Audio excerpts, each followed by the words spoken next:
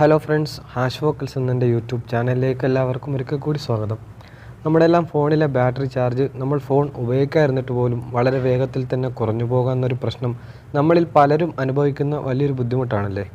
എന്നാൽ അങ്ങനെ സംഭവിക്കുന്നതിൻ്റെ പ്രധാന പ്രശ്നം നമ്മുടെ എല്ലാം ഫോണിലെ പല സെറ്റിങ്സുകളും നമ്മൾ പോലും അറിയാതെ എനേബിളായി കിടക്കുന്നുണ്ടാണ്. നമ്മുടെ ഫോണിലെ ഒളിഞ്ഞു കിടക്കുന്നതും അല്ലാത്തതുമായ ഒരുപാട് സെറ്റിങ്സുകൾ നമ്മളൊന്ന് കറക്റ്റ് ചെയ്താൽ തന്നെ നമുക്ക് അതിലൂടെ നല്ല രീതിയിൽ തന്നെ ബാറ്ററി ചാർജ് സേവ് ചെയ്യാൻ സാധിക്കുന്നതാണ്. നമ്മളൊരു ലോങ് യാത്രയൊക്കെ പോകുമ്പോൾ നമുക്ക് യാത്രക്കിടയിൽ പലപ്പോഴും ഫോൺ ചാർജ് ചെയ്യാനുള്ള സൗകര്യമൊന്നും ലഭിച്ചുകൊള്ളണമെന്നില്ല.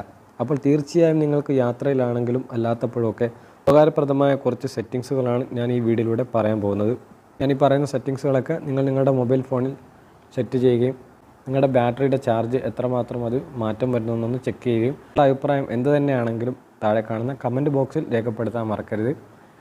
സോ ഞാൻ ഈ പറയാൻ പോകുന്ന മുഴുവൻ സെറ്റിങ്സുകൾ ലഭിക്കാനായി ഈ വീഡിയോ തീർച്ചയായും സ്കിപ്പ് ചെയ്യാതെ കാണാൻ ശ്രമിക്കുക. അപ്പോൾ കൂടുതൽ പറഞ്ഞ് സമയം കളയാതെ നമുക്ക് വീഡിയോയിലേക്ക് പോകാം. അതിനു മുമ്പ് എൻ്റെ ചാനൽ ആദ്യമായിട്ട് കാണുന്നവരാണെങ്കിൽ ഒന്ന് സബ്സ്ക്രൈബ് ചെയ്യുക. കൂടാതെ തൊട്ടടുത്തുള്ള ബെല്ലൈക്കൺ കൂടി എനേബിൾ ചെയ്താൽ ഞാനിടുന്ന ഇതുപോലുള്ള ഉപകാരപ്രദമായ പുതിയ വീഡിയോകളുടെ നോട്ടിഫിക്കേഷൻ നിങ്ങൾക്ക് അപ്പോൾ തന്നെ ലഭിക്കുന്നതാണ്.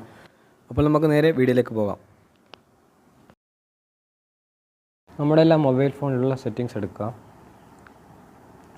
എന്നിട്ട് താഴോട്ടൊന്ന് സ്ക്രോൾ ചെയ്താൽ അവിടെ ഗൂഗിൾ എന്നൊരു ഓപ്ഷൻ കാണാം, അത് സെലക്ട് ചെയ്യുക. ശേഷം മുകളിൽ വലതുഭാഗത്ത് കാണുന്ന ഓൾ സർവീസസ് എന്ന ഓപ്ഷൻ സെലക്ട് ചെയ്യുക. എന്നിട്ട് താഴോട്ടൊന്ന് സ്ക്രോൾ ചെയ്താൽ അവിടെ ഡിവൈസസ് എന്ന ഒരു ഓപ്ഷൻ കാണാം, അത് സെലക്ട് ചെയ്യുക. അപ്പോൾ നിങ്ങൾക്ക് ഏറ്റവും മുകളിലായിട്ട് scan for nearby devices എന്നൊരു ഓപ്ഷൻ കാണാം, അത് എനേബിൾ ആയിട്ടാണുള്ളത്, അത് നമ്മൾ ഓഫ് ചെയ്യുക. അത് ഓൺ ചെയ്യുന്നതിലൂടെ നമുക്ക് ഒരുപാട് ബാറ്ററി ഡ്രെയിനായി പോകുന്ന കാരണമാകുന്നതാണ്. കാരണം അത് ഓട്ടോമാറ്റിക്കായിട്ട് അടുത്തുള്ള ഡിവൈസുകളൊക്കെ സ്കാൻ ചെയ്തുകൊണ്ടിരിക്കുകയാണ്. അതുകൊണ്ട് തന്നെ അത് നമ്മൾ ഓഫ് ചെയ്യുക. വീണ്ടും സെറ്റിങ്സിലോട്ട് വരിക. അവിടെ സെർച്ച് ബാറിൽ സ്കാനിങ് എന്ന് ടൈപ്പ് ചെയ്യുക. അപ്പോൾ നിങ്ങൾക്കിവിടെ ബ്ലൂടൂത്ത് സ്കാനിങ്, വൈഫൈ സ്കാനിങ് എന്ന രണ്ട് ഓപ്ഷൻ കാണാം. ഇത് രണ്ടും നമ്മൾ ഓൺ ആയി കിടക്കുകയാണെങ്കിൽ അത് രണ്ടും ഓഫ് ചെയ്യുക. ഇവിടെ ഓണായിട്ടാണുള്ളത്, ഇത് രണ്ടും ഓഫ് ചെയ്യുക. കാരണം ഇത് ഓണായി കിടന്നാൽ അതിലൂടെയും നമുക്ക് ധാരാളമായിട്ട് തന്നെ നമ്മളെ ബാറ്ററി ഡ്രെയിനായി പോകാൻ കാരണമാണ്. ഇത് രണ്ട് ഓപ്ഷനും ഓഫ് ചെയ്യുക. വീണ്ടും സെറ്റിങ്സിലോട്ട് വരിക. സെർച്ച് ബാറിൽ സൗണ്ട് ആൻഡ് വൈബ്രേഷൻ എന്ന് സെർച്ച് ചെയ്യുക. ഈ ഒരു പേജിൽ നിങ്ങൾക്ക് വൈബ്രേഷനുമായി ബന്ധപ്പെട്ട ഒരുപാട് ഓപ്ഷനുകൾ കാണാം. പല ഫോണിലും പല രീതിയിലാണ്. ഈ ഒരു ഫോണിൽ system sound or vibration control എന്ന ഒരു ഓപ്ഷൻ ക്ലിക്ക് ചെയ്യുകയാണെങ്കിൽ അവിടെ ഇത് ഒരുപാട് ഓപ്ഷൻ കാണാം. വൈബ്രേഷനുമായി ബന്ധപ്പെട്ട്, അതുപോലെ തന്നെ സൗണ്ടുമായി ബന്ധപ്പെട്ടത്. ഇവിടെ വൈബ്രേഷനുമായി ബന്ധപ്പെട്ട എല്ലാ ഓപ്ഷനുകളും നമ്മൾ ഓഫ് ചെയ്യുക. നമുക്ക് വലിയൊരു ഉപകാരമൊന്നുമില്ല. ഇനി സൗണ്ടുമായിട്ട് ബന്ധപ്പെട്ട പല ഓപ്ഷനുകളുണ്ട്. അത് നിങ്ങൾക്ക് അത്യാവശ്യമുള്ളത്, ഇതിലിപ്പോൾ ചാർജിങ് എന്നുള്ളത് വേണമെങ്കിൽ നിങ്ങൾക്ക് ഓൺ ചെയ്യാം. അത് നമ്മുടെ മൊബൈൽ ഫോൺ ചാർജ് ചെയ്യാൻ വേണ്ടി ചാർജർ കണക്ട് ചെയ്യുന്ന സമയത്ത് ഒരു സൗണ്ട് കേൾക്കും. അത് നമ്മൾ ചാർജ് കയറുന്നുണ്ടോയെന്ന് ഒന്ന് ഉറപ്പ് വരുത്താൻ വേണ്ടിയിട്ടാണ്. അപ്പോൾ അത് നിങ്ങൾക്ക് അത്യാവശ്യമാണെങ്കിൽ ഒന്ന് ഓൺ ചെയ്യുക, ബാക്കിയൊക്കെ നിങ്ങൾ ഓഫ് ചെയ്യുക. അതുപോലെ പ്രധാനപ്പെട്ട എന്തെങ്കിലും സൗണ്ട് പല ഫോണിലും പല സെറ്റിങ്സുകൾ ഇൻക്ലൂഡായിട്ട് വരുന്നുണ്ട് സൗണ്ടിൽ തന്നെ. ഇപ്പോൾ നിങ്ങൾക്ക് അത്യാവശ്യമുള്ളതെന്ന് തോന്നിക്കഴിഞ്ഞാൽ അത് ഓൺ ചെയ്യുക, ബാക്കിയെല്ലാം നിങ്ങൾ ഓഫ് ചെയ്യുക. എന്നിട്ട് വീണ്ടും സെറ്റിങ്സിലോട്ട് വരിക. താഴെ ഡിസ്പ്ലേ ആൻഡ് ബ്രൈറ്റ്നസ് എന്നൊരു ഓപ്ഷൻ കാണാം, അത് സെലക്ട് ചെയ്യുക.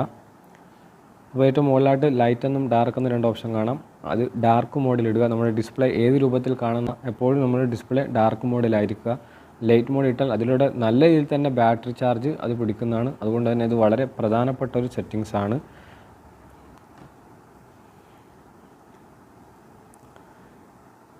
എന്നിട്ട് താഴോട്ടൊന്ന് സ്ക്രോൾ ചെയ്താൽ മോഷൻ സ്മൂത്ത്നെസ് എന്നൊരു ഓപ്ഷൻ കാണാം, അത് ക്ലിക്ക് ചെയ്യുക. ഇവിടെ രണ്ട് ഓപ്ഷൻ കാണാം, ഹൈ എന്നും സ്റ്റാൻഡേർഡ് എന്നും. അത് നമ്മളെപ്പോഴും നമ്മുടെ ഫോൺ സ്റ്റാൻഡേർഡ് തന്നെ ഇടുക. സ്റ്റാൻഡേർഡ് റിഫ്രഷ് റേറ്റിൽ തന്നെ ഇടുക. 60 Hz ആണത്. മറ്റേത് ഹൈ ആകുമ്പോൾ 90 വരും. അപ്പോൾ ഒരിക്കലും നിങ്ങൾ ഹൈയിലിടരുത്, സ്റ്റാൻഡേർഡ് തന്നെ കൊടുക്കുക. ഇത് വീണ്ടും താഴോട്ടൊന്ന് സ്ക്രോൾ ചെയ്താൽ സ്ക്രീൻ മോഡ് എന്നൊരു ഓപ്ഷൻ കാണാം. ഇവിടെ വിവിഡ് എന്നും നാച്ചുറൽ എന്നും രണ്ട് ഓപ്ഷൻ കാണാം, അത് നാച്ചുറലാക്കി കൊടുക്കുക, ഒരിക്കലും വിവിഡിൽ ഇടരുത്. കുറച്ചുകൂടി താഴോട്ട് സ്ക്രോൾ ചെയ്താൽ സ്ക്രീൻ ടൈം ഔട്ട് എന്നൊരു ഓപ്ഷൻ കാണാം, അത് സെലക്ട് ചെയ്യുക. ഇവിടെ നമ്മളെ സ്ക്രീന് നമ്മൾ ആവശ്യം കഴിഞ്ഞതിന് ശേഷം ഓട്ടോമാറ്റിക്കായിട്ട് ഓഫ് ആവുന്ന ഒരു ഓപ്ഷനാണ്. അത് 15 second, 30 second, 1 minute, 2 minute, 5 minute, 10 minute എന്നിങ്ങനെ ഓപ്ഷനുകൾ കാണാം. ഇവിടെ നമ്മൾ ഏറ്റവും കുറഞ്ഞ 15 സെക്കൻഡ് തന്നെ കൊടുക്കാൻ ശ്രമിക്കുക. കാരണം നമ്മൾ കൂടുതൽ കൊടുക്കുകയാണെങ്കിൽ അത്ര സമയം നമ്മുടെ സ്ക്രീൻ ഓണായി കിടക്കുകയും അതിലൂടെ ബാറ്ററി ചാർജ് കുറയാൻ സാധ്യതയുള്ളതാണ്. അതുകൊണ്ട് തന്നെ ഏറ്റവും കുറഞ്ഞ 15 സെക്കൻഡ് തന്നെ നിങ്ങൾ അത് സെലക്ട് ചെയ്യുക.